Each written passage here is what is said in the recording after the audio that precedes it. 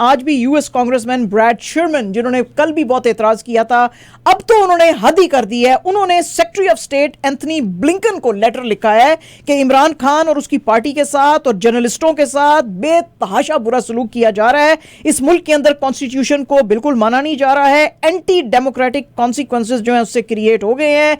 शहबाज गिल जैसे for example की मिसाल उन्होंने अपने लेटर में दी है कि उसके साथ बड़ा बुरा सलूक किया। इसके अलावा जो गंडापुर साहब हैं उनको भी पकड़ के जो है बुरा सलूक किया। इंटीरियर मिनिस्टर का उन्होंने एक स्टेटमेंट कोट किया है जिसमें कि राना सलाउल्लाह साहब ने कहा था कि या तो हम इमरान को एलिमिनेट करेंगे पॉलिटिकल अरेना से या हम खुद हो जाएंगे, जिसके के ऊपर बड़ा एक्सेप्शन लेते हुए उन्होंने कहा कि ना तो पाकिस्तान का कॉन्स्टिट्यूशन, ना तो उसका लॉ, ना तो ह्यूमन राइट्स जो लेजिस्लेचर हैं वो इन चीज़ों को मानते हैं। तो इसलिए अमेरिका को इन तमाम चीज़ों के ऊपर जो है गौर करने की ज़रूरत है। उन्होंने कहा जी वैसे तो अमेरिका किसी भी के भी इंटरनल मामलात में मुदाखलत नहीं करता है, लेकिन चूंकि यहाँ पे ह्यूमन राइट्स के इतने मामलात खराब हो गए हैं, जैसे कि ह्यूमन राइट्स वॉच की भी एक स्टेटमेंट आई है कि एक अर्जेंट इन्वेस्टिगेशन खासतौर पे जो डॉक्टर गिल के जो कंप्लेंट्स हैं उसके बिठाने की जरूरत है। तो ये पॉलिटिकल प्रिजनर्स, ये disappearances, restrictions on internet, interference on freedom of peaceful assembly, religious freedom, इन सबको थ्रेटन किया जा रहा है। तो इसलिए American government as a friend उसको जो है थोड़ा इस बात पे ध्यान देना चाहिए, जिसपे कि आज दुनिया में काफ़ी नज़रें उठी। ईसीपी जो है उसने चूंकि कहा था सुप्रीम कोर्ट को कि भाई पंजाब गवर्नमेंट के अंदर जो हमने पंजाब में जो हमने इलेक्शंस कराने हैं May 14 को, उसके लिए हमको जो है फंड्स नहीं दिए जा रहे। तो जो सुप्रीम कोर्ट है उसने आज इसके ऊपर जो है नोटिस लिया है और सेवरल डिपार्टमेंट्स को कहा है, यानी कि जो सेक्रेटरी फाइनेंस हैं, सेक्रेटरी ईसीपी हैं, डीजी लॉ जो है ईसीपी के, और स्टेट बैंक ऑफ पाकिस्तान के जो गवर्नर हैं और एजीपी हैं, फाइनेंस सेक्रेटरी हैं, उन सबको आज कहा है कि भाई आप आके हीयरिंग जो April 14 को होगी उसको अटेंड करें और बताएं कि आप ये फंड्स क्यों नहीं रिलीज़ कर रहे हैं ताकि इलेक्शन कमीशन ऑफ पाकिस्तान यहाँ पे इलेक्शंस करा सके। ये जो आज 3 मेंबर बेंच था उसको हेड कर रहे थे उमर अतिया बंदयाल, और उन्होंने आज ये डायरेक्ट किया है कि ये फॉरन जो हमने कहा है 21 बिलियन रुपीस रिलीज़ करें ईसीपी को फॉर होल्डिंग इलेक्शंस, उसको करें। सुप्रीम कोर्ट जो है जी उसके पास अब 3 पिटीशंस आई थी। आपको पता ही है कि ये कहा गया था, ये जो जॉइंट एक पार्लियामेंट के अंदर पास की गई थी जो सिटिंग में बिल के जी इनके जो सुओ मोटो के जो पावर्स हैं सीजेपी के वो कट किए जाएं और भी इनकी कर्ब की जाए जुडिशरी की पावर्स, जिसको के भेजा गया था अप्रूवल के लिए प्रेसिडेंट एलवी के पास लास्ट वीक, जो उन्होंने वापस भेज दिया था। उसके खिलाफ अब 3 पिटीशंस जो हैं खुद सुप्रीम कोर्ट के अंदर आ गई हैं under practice and procedure bill 2023, जिसमें कि अब कहा जा रहा है कि 3 सेपरेट पिटीशन जो कि फाइल की हैं राजा अमर खान, चौधरी गुलाम हुसैन और मोहम्मद शाफे मुनीर ने, जिन्होंने कहा है कि जी अंडर आर्टिकल 184(3) ऑफ कॉन्स्टिट्यूशन ये बिल्कुल गलत है। अगर जो कोई सुप्रीम कोर्ट जो है उसको के खिलाफ कोई बात होगी तो उसको चैलेंज किया जा सकता है। तो इसको अब ये सुनना शुरू करेंगे और इसके अंदर जो हैं 8 जो लोग हैं, 8 जस्टिसेस जो हैं वो इस पूरे बेंच का हिस्सा है और वो इसको सुनना शुरू करेंगे।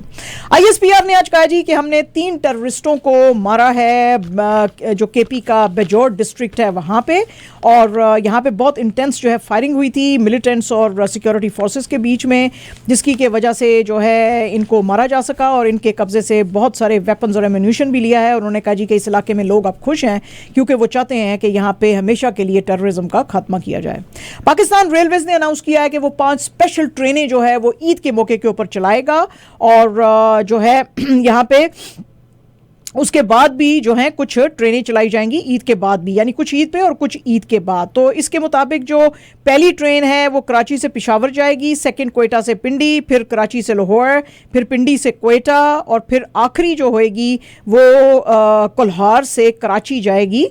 और इसके अलावा जो सेंट्रल रूरत हलाल कमेटी है उसने भी कहा जी कि 20 तारीख को हम शवाल का मून देखेंगे और बताएंगे कि ईद 21 को है या 22 को है। ठीक है जी।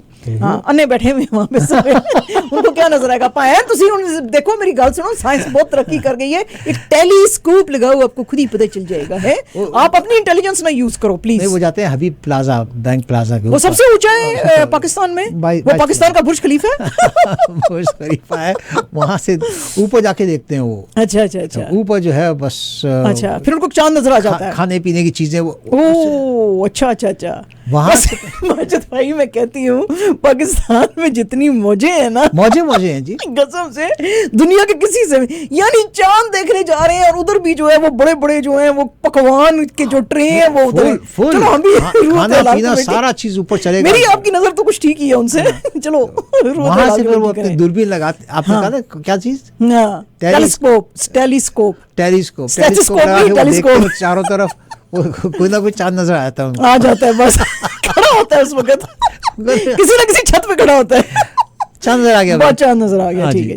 अच्छा जी, संजय दत्त साहब जो है आज उन्होंने बड़े गुस्से का इजहार किया है। कनाडा की फिल्म जो है केडी, उसके अंदर काम कर रहे हैं, उसके ऊपर जी रूमर्स आ गए सोशल मीडिया पे कि वो बहुत ज्यादा जख्मी हो गए हैं। उसके ऊपर आज उन्होंने बड़ा गुस्से का इजहार करते हुए कहा जी कि नहीं, केडी और उसकी टीम जो है एक्स्ट्रा केयरफुल है मेरे सीन्स के साथ, मैं बिल्कुल ठीक हूं, लेकिन फिर भी thank you very much for your concern.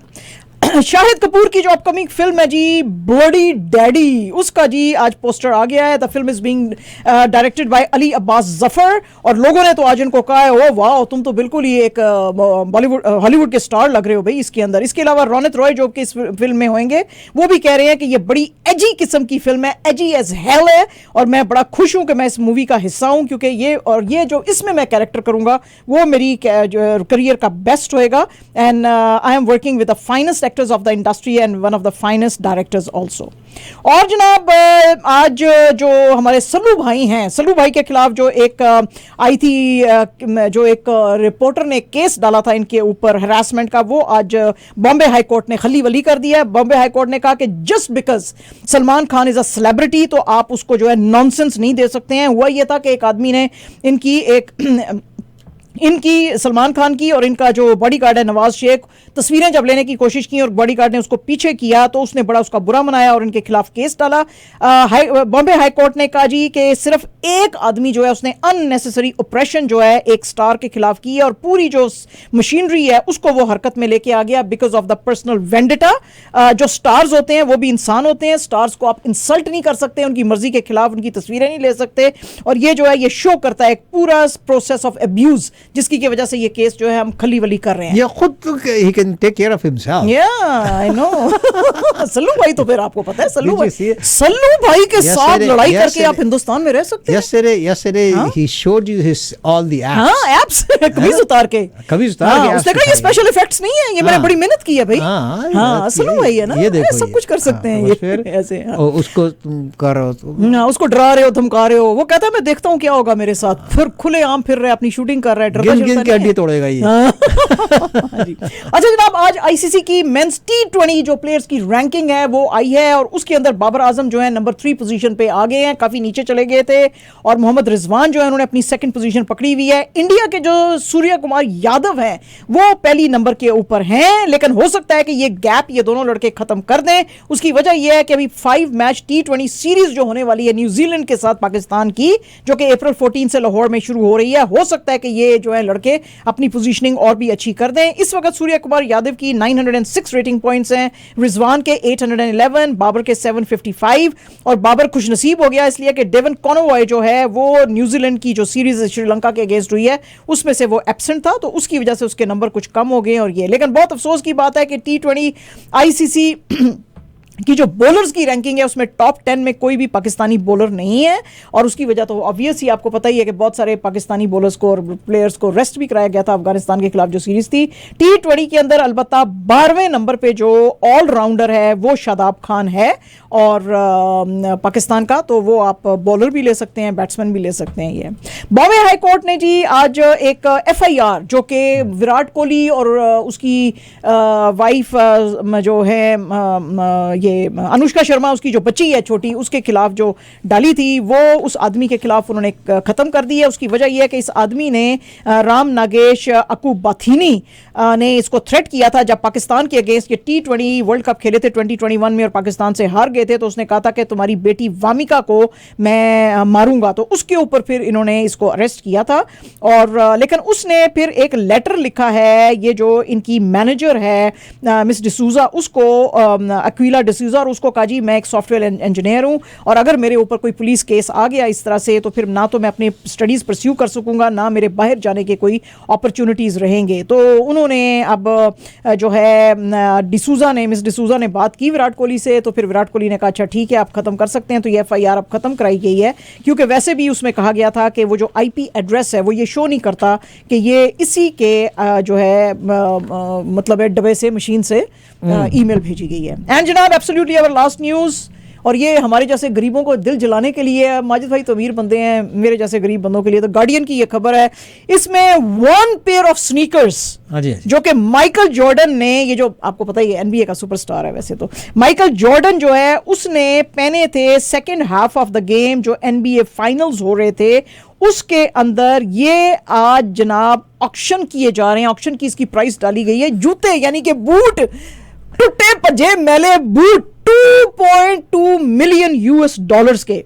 ये साउथबीज ने आज, ये जो ऑक्शन हाउस है उसने कहा जी ये बड़े आइकॉनिक है क्योंकि इस मैच को जो है ये जो खेला गया था जिसमें कि इसने 37 पॉइंट स्कोर किए थे अगेंस्ट यूटा जैज के, और तो ये बड़ा आइकॉनिक मौका था। और ये है एयर जॉर्डन 13 स्नीकर्स, 1998 में इसने पहने थे और ये इतने इसने गोल किए थे कि इस मैच का नाम ही the last dance of Michael Jordan पड़ गया था। तो लास्ट डांस शॉर्ट करके इसको बोलते हैं।